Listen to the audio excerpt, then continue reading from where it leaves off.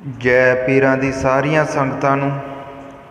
ਅੱਜ ਅਸੀਂ ਤੁਹਾਡੇ ਸਾਹਮਣੇ ਹਜ਼ਰਤ ਮੂਸਾ ਸਲਾਮ ਦੇ ਜੀਵਨ ਦੀ ਬਹੁਤ ਸੋਹਣੀ ਘਟਨਾ ਪੇਸ਼ ਕਰਨ ਲੱਗੇ ਹਾਂ, ਜਿਸ ਤੋਂ ਸਾਨੂੰ ਪਤਾ ਲੱਗਦਾ ਹੈ ਕਿ ਉਹ ਖੁਦਾ, ਉਹ ਰਹਿਮੋ ਕਰਮ ਦਾਤਾ, ਉਹ ਅੱਲਾ ਪਾਕ ਸਾਨੂੰ ਬਿਨਾਂ ਪਤਾ ਲੱਗੇ, ਸਾਨੂੰ ਬਿਨਾਂ ਅਹਿਸਾਸ ਹੋਏ ਸਾਡੇ 'ਤੇ ਕੀ ਕਰਮ ਕਰ ਜਾਂਦਾ ਹੈ, ਸਾਡੇ 'ਤੇ ਕੀ ਰਹਿਮਤਾਂ ਕਰ ਜਾਂਦਾ ਹੈ ਅਤੇ ਸਾਨੂੰ ਕੀ ਕੁਝ ਦੇ ਜਾਂਦਾ ਹੈ।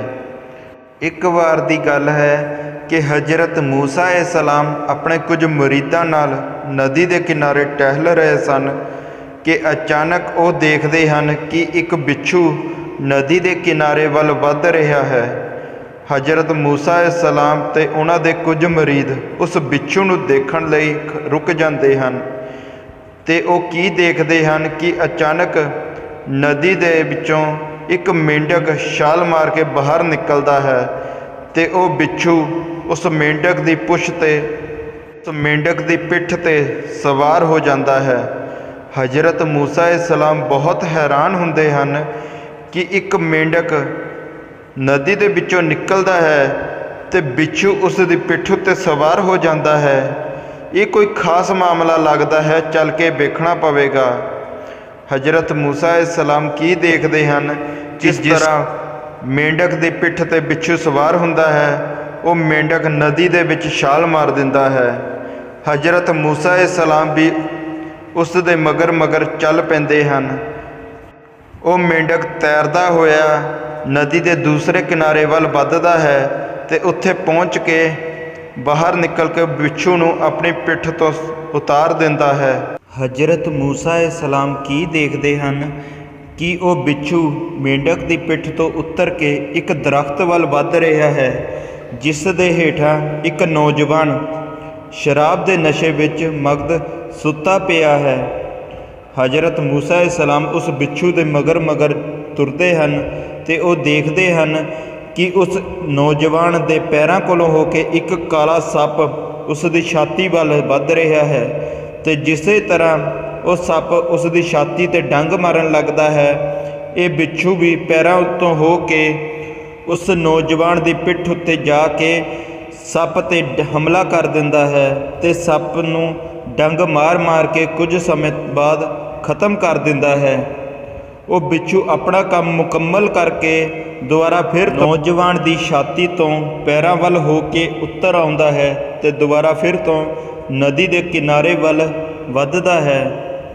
ਹਜ਼ਰਤ ਮੂਸਾ ਸਲਾਮ ਇਹ ਸਾਰਾ ਵਾਕਿਆ ਦੇਖ ਕੇ ਬਹੁਤ ਹੈਰਾਨ ਹੁੰਦੇ ਹਨ ਕਿ ਇੱਕ ਨੌਜਵਾਨ ਨੂੰ ਬਚਾਉਣ ਲਈ ਖੁਦਾਈ ਇੰਤਜ਼ਾਮ ਦੇਖੋ ਕੈਸਾ ਹੈ।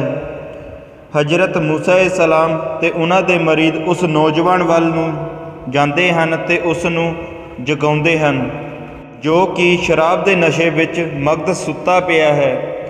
ਹਜ਼ਰਤ ਮੂਸਾ ਸਲਾਮ ਉਸ ਨੂੰ ਜਗਾ ਕੇ ਕਹਿੰਦੇ ਹਨ ਕਿ ਹੇ ਨੌਜਵਾਨ, ਜਿਸ ਖੁਦਾ ਦੀ ਤੂੰ ਨਾਫਰਮਾਨੀ ਕਰ ਰਿਹਾ ਹੈ, ਜਿਸ ਖੁਦਾ ਨੂੰ ਭੁਲਾ ਕੇ ਤੂੰ ਸ਼ਰਾਬ ਦੇ ਨਸ਼ੇ ਵਿੱਚ ਮਗਨ ਸੁੱਤਾ ਪਿਆ ਹੈ, ਉਹ ਖੁਦਾ ਤੇਰੀ ਜਾਨ ਦੀ ਹਿਫਾਜ਼ਤ ਦੇਖ ਕਿਸ ਤਰ੍ਹਾਂ ਕਰ ਰਿਹਾ ਹੈ। ਹਜ਼ਰਤ ਮੂਸਾ ਸਲਾਮ ਉਸ ਨੌਜਵਾਨ ਨੂੰ ਸਾਰਾ ਵਾਕਿਆ ਸੁਣਾਉਂਦੇ ਹਨ ਕਿ ਕਿਸ ਤਰ੍ਹਾਂ ਇਹ ਸੱਪ ਤੈਨੂੰ ਡੰਗ ਮਾਰਨ ਲੱਗਾ ਸੀ ਅਤੇ ਬਿੱਛੂ ਨੇ ਆ ਕੇ ਉਸ 'ਤੇ ਹਮਲਾ ਕਰਕੇ ਉਸ ਨੂੰ ਖਤਮ ਕਰ ਦਿੱਤਾ ਹੈ। ਇਹ ਸਾਰਾ ਇੰਤਜ਼ਾਮ ਉਸ ਖੁਦਾ ਵੱਲੋਂ ਕੀਤਾ ਗਿਆ ਸੀ ਸਿਰਫ ਤੈਨੂੰ ਬਚਾਉਣ ਲਈ, ਅਤੇ ਤੂੰ ਉਸ ਖੁਦਾ ਨੂੰ ਭੁਲਾ ਕੇ ਸ਼ਰਾਬ ਦੇ ਨਸ਼ੇ ਵਿੱਚ ਮਗਨ ਸੁੱਤਾ ਪਿਆ ਹੈ, ਉਸ ਖੁਦਾ ਦੀ ਨਾਫਰਮਾਨੀ ਕਰ ਰਿਹਾ ਹੈ ਜੋ ਸਾਰੀ ਕਾਇਨਾਤ ਨੂੰ ਚਲਾਉਂਦਾ ਹੈ, ਜੋ ਸਾਰੀ ਕਾਇਨਾਤ ਦਾ ਮਾਲਕ ਹੈ। ਉਸ ਨੂੰ ਤੇਰੀ ਦੇਖ ਕਿੰਨੀ ਫਿਕਰ ਹੈ ਅਤੇ ਤੂੰ ਉਸ ਦੀ ਨਾਫਰਮਾਨੀ ਕਰ ਰਿਹਾ ਹੈ। ਹਜ਼ਰਤ ਮੂਸਾ ਸਲਾਮ ਦੀ ਜਦੋਂ ਉਸ ਇਨਸਾਨ ਨੇ, ਉਸ ਨੌਜਵਾਨ ਨੇ ਇਹ ਗੱਲ ਸੁਣੀ, ਆਪਣੇ ਆਪ 'ਤੇ ਬਹੁਤ ਪਛਤਾਵਾ ਕੀਤਾ ਉਸਨੇ, ਅਤੇ ਹਜ਼ਰਤ ਮੂਸਾ ਸਲਾਮ ਦੇ ਪੈਰਾਂ ਵਿੱਚ ਡਿੱਗ ਗਿਆ ਅਤੇ ਹਜ਼ਰਤ ਮੂਸਾ ਸਲਾਮ ਨਾਲ ਵਾਅਦਾ ਕਰਨ ਲੱਗਾ ਕਿ ਮੈਂ ਅੱਜ ਤੋਂ ਬਾਅਦ ਕਿਸੇ ਵੀ ਪ੍ਰਕਾਰ ਦੇ ਨਸ਼ੇ ਨੂੰ ਹੱਥ ਨਹੀਂ ਲਗਾਵਾਂਗਾ ਤੇ ਉਸ ਖੁਦਾਏ ਪਾਕ ਤੋਂ ਤੋਬਾ ਕਰਨ ਲੱਗਾ ਕਿ ਅੱਜ ਤੋਂ ਬਾਅਦ ਮੈਂ ਉਸ ਦੀ ਕਦੇ ਨਾਫਰਮਾਨੀ ਨਹੀਂ ਕਰਾਂਗਾ, ਉਸ ਦੀ ਰਜ਼ਾ ਵਿੱਚ ਰਹਿ ਕੇ ਉਸ ਦੀਆਂ ਰਹਿਮਤਾਂ ਪ੍ਰਾਪਤ ਕਰਾਂਗਾ। ਇਸ ਗੱਲ ਤੋਂ ਸਾਨੂੰ ਪਤਾ ਲੱਗਦਾ ਹੈ ਕਿ ਉਹ ਖੁਦਾ, ਉਹ ਅੱਲਾਹ ਪਾਕ ਜਿਸ ਦੀ ਅਸੀਂ ਨਾਫਰਮਾਨੀ ਕਰਦੇ ਹਾਂ, ਜਿਸ ਨੂੰ ਅਸੀਂ ਭੁਲਾਈ ਬੈਠੇ ਹਾਂ, ਉਹ ਸਾਡੀ ਕਿੰਨੀ ਫਿਕਰ ਕਰਦਾ ਹੈ, ਸਾਡੀ ਕਿਸ ਤਰ੍ਹਾਂ ਹਿਫਾਜ਼ਤ ਕਰਦਾ ਹੈ, ਕਿਉਂਕਿ ਉਹਦੀਆਂ ਰਹਿਮਤਾਂ, ਉਹਦੀਆਂ ਦਿੱਤੀਆਂ ਹੋਈਆਂ ਬਖਸ਼ਿਸ਼ਾਂ ਦਾ ਸਾਨੂੰ ਪਤਾ ਵੀ ਨਹੀਂ ਹੁੰਦਾ ਕਿ ਉਹ ਕਿੱਥੇ ਕਿੱਥੇ ਸਾਡੇ ਤੇ ਕੀ ਕੀ ਕਰਮ ਕਰ ਜਾਂਦਾ ਹੈ। ਪਰ ਅਸੀਂ ਕੀ ਕਰਦੇ ਹਾਂ, ਸਾਡੇ ਵੱਲੋਂ ਮੰਗੀ ਕੋਈ ਮੰਗ, ਕੋਈ ਫਰਿਆਦ ਕੀਤੀ ਹੋਈ ਪੂਰੀ ਨਹੀਂ ਹੁੰਦੀ ਤਾਂ ਅਸੀਂ ਉਸ ਨਾਲ ਨਾਰਾਜ਼ ਹੁੰਦੇ ਹਾਂ, ਉਸ ਤੋਂ ਬੇਮੁਖ ਹੋ ਜਾਂਦੇ ਹਾਂ, ਉਸ ਨਾਲ ਨਾਰਾਜ਼ਗੀ ਜਤਾਉਂਦੇ ਹਾਂ। ਪਰ ਜੇਕਰ ਸਾਡੀ ਕੋਈ ਫਰਿਆਦ ਕਬੂਲ ਨਹੀਂ ਹੁੰਦੀ ਜਾਂ ਪੂਰੀ ਨਹੀਂ ਹੁੰਦੀ, ਇਸ ਵਿੱਚ ਉਸ ਖੁਦਾ ਦਾ ਕੋਈ ਰਹਿਮਤ, ਕੋਈ ਰਾਜ ਹੀ ਹੁੰਦਾ ਹੈ ਕਿ ਸ਼ਾਇਦ ਉਹ ਚੀਜ਼, ਉਹ ਫਰਿਆਦ ਸਾਡੇ ਲਈ ਸਹੀ ਨਹੀਂ ਹੈ। ਉਸ ਫਰਿਆਦ ਲਈ, ਉਸ ਮੰਗੀ ਹੋਈ ਚੀਜ਼ ਲਈ ਸਾਨੂੰ ਹੀ ਨੁਕਸਾਨ ਹੋ ਸਕਦਾ ਹੈ।